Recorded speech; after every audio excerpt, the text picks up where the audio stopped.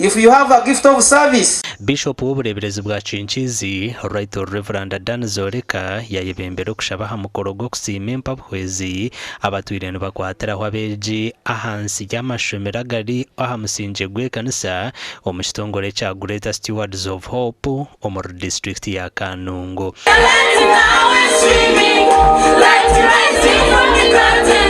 Bishop Dan Zoreka yahiga abantu okwejunisa omugisha ogwo mu bya tekinologiya. The world is changing rapidly.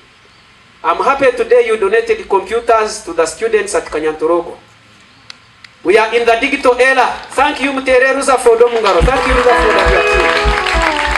Those computers are to help our students to know that we are in a changing world. Information and knowledge is power.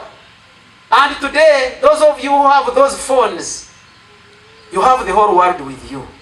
John Rutherford orukure Empa buhwezi yagira ngo bagenderire okuha amasiko abantu abatari kwebasa. It is a day of aspiration, of confidence, of opportunity and of hope.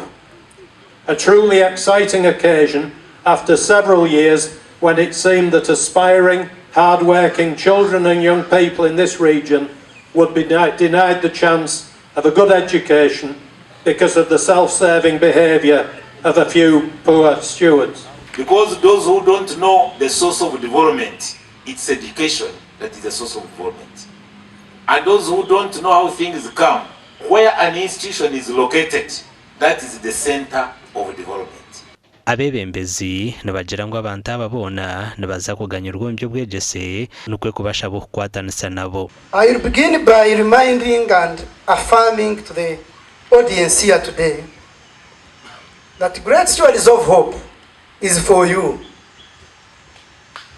It's for the community of Kanungu. If people don't want development, take it where it is required. Development is demand driven. Amakuru agagasha kwa Hweza Wilfred.